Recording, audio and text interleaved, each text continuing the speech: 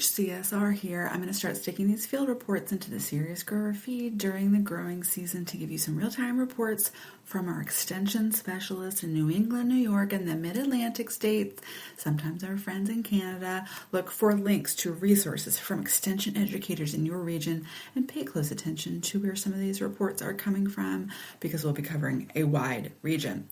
Please reach out if you need help connecting with your local extension specialist wherever you are because we'll get you hooked up with the right expert in your area. Each of these field reports will start out with the most time-sensitive reports from what folks are seeing out on commercial vegetable farms and then dive a little deeper as we go along.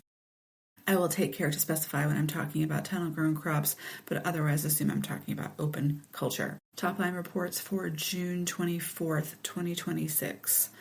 Cucumber beetles, squash vine borer, and squash bug adults are on the move into squashes, cucumbers, and other cucurbic crops.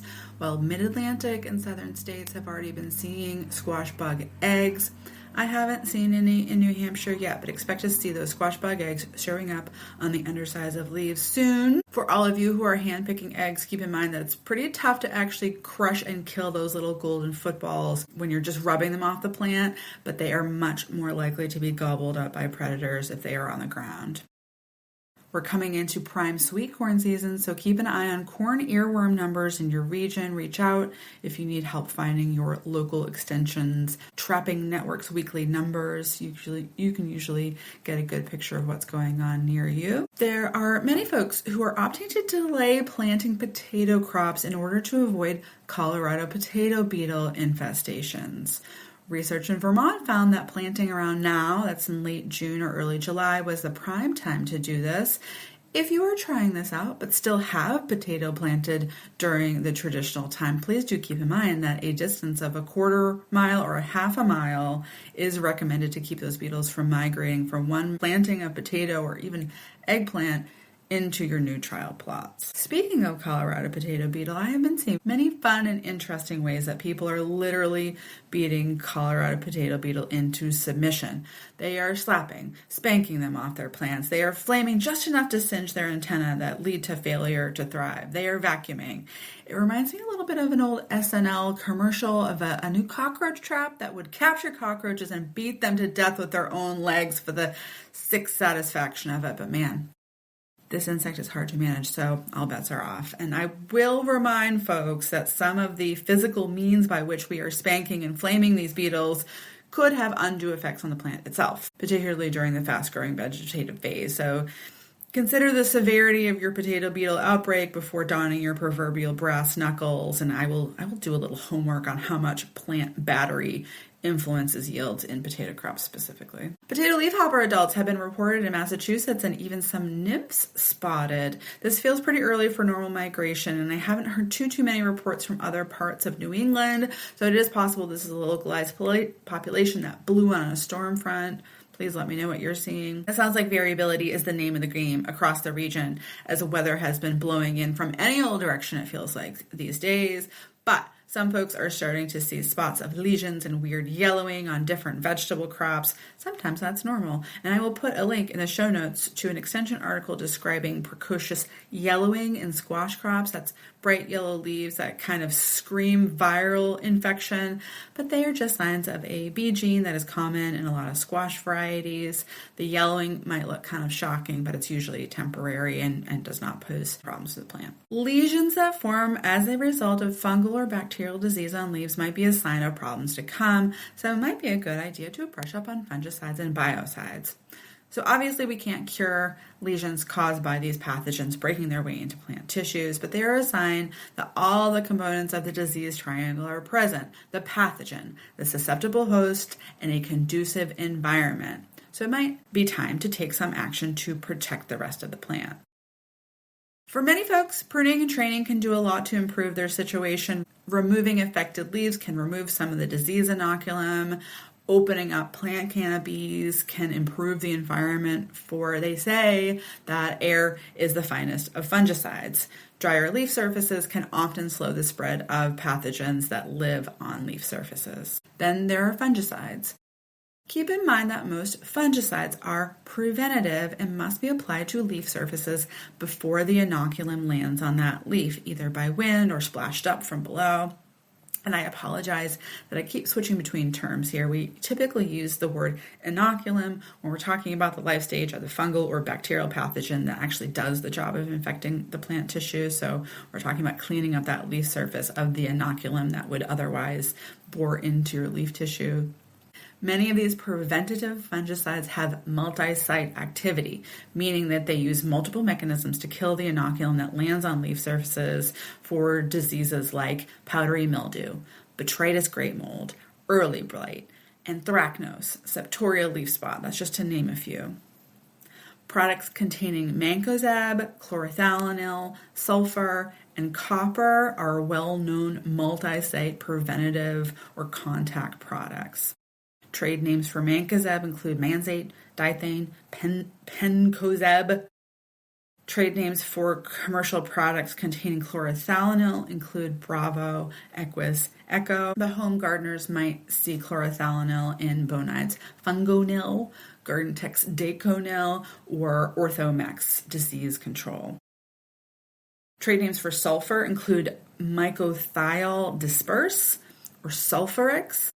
Home gardeners can find versions of this, like Bonide's sulfur plant fungicide, Safer Brands garden fungicide, and Earth Tones 3-in-1.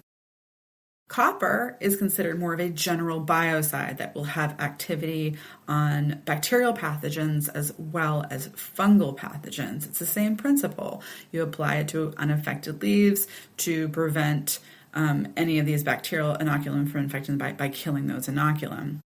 Trade names for copper include Coside, Badge, Quava, Nucop. There are a ton of these, but home gardeners will find copper in products like Monterey liquid copper, Bonide's Captain Jack liquid copper, Espoma organic copper soap. There's a ton. They usually have copper in the name of them. The biggest difference between the professional grade and the products marketed for home gardeners is typically just concentration and price. The over-the-counter products that you can buy at like a hardware store come pre-mixed. You're paying a premium for that pre-mix, so you're paying a lot more in terms of how much active ingredient you're getting in that product, but it might be worth it to you based on the convenience of that. Most products will highlight the need for excellent coverage because you're applying this preventative like a shield against inoculum. And even some of the professional grade products come kind of pre-mixed with materials that help with coverage. We call those spreaders, or ingredient in the formulation that improves the staying power on the leaf surface. That's there to make sure that that product is on the leaf surface longer. We call these stickers. So multi-site activity means there's less risk of resistance, but they cannot be combined with entomopathogenic fungi used as biopesticides. So these multi-site fungicides can't be applied at the same time as a BT, you might recognize that as dipel, or a Bovaria product, which, for example, we're talking about Mycotrol. There's also some risk of those mechanisms turning on plant tissues, so please heed label warning when applying during the heat of the summer because that can sometimes exacerbate phytotoxicity. I guess there are some active ingredients in some formulations that are less susceptible to phytotoxicity than others, like, for example, copper octoinate, that's the copper soap. It sounds like it's less likely to burn leaves than copper sulfate. Read your labels, please. I won't get into the fancier translaminar fungicides today, but do know that there are plenty of options for folks who want to get better fungal protection without that preventative approach. So talk to your local extension professionals to get up to speed there. If you are in the market specifically for organic options, of course, there are several products containing sulfur and copper that have been approved for use in organic systems. And you also have some botanical soaps and oils that we usually think of when we think of soft-bodied insects. They do have some activity on certain fungal pathogens, but you also have to be forewarned. Phytotoxicity is a big concern for those botanical soaps and oils. There are also a ton of new microbial biofungicides coming into the market, and we are seeing these adopted by commercial growers. All you folks out there who are horny for spraying compost tea on your plants as a pesticide, but can't because of food safety concerns, this is probably up your alley. These are bacterial and fungal or maybe yeast strains that actively compete with pathogenic organisms on that leaf surface. So they are either out-competing them, they are parasitizing them, or they're secreting lipopeptides and other things to destroy those inoculum on the leaf surface. So for example, there are products containing Bacillus subtilis, some other Bacillus strains, Orobasidium is another one. It sounds like these products provide pretty good control, but can be tricky to use because they are living organisms. So there's some failures there. There are even some products that are coming out that have extracted the lysates and the chitin inhibitors from those biopesticidal organisms, and the efficacy data look quite good, but you can imagine that the price will go up as things get more sophisticated. Again, these are all preventative fungicides and must be applied to the plant leaf surface to avoid infection, but many commercial growers see a benefit to adding in a new rotational material with a 0-day pre-harvest interval, even though you're getting similar control to the traditional products with that higher price tag. So it's very interesting stuff. Watch this space. All right. I will leave it there for now, but please let me know what you'd like to know more about. And thank you so much for listening.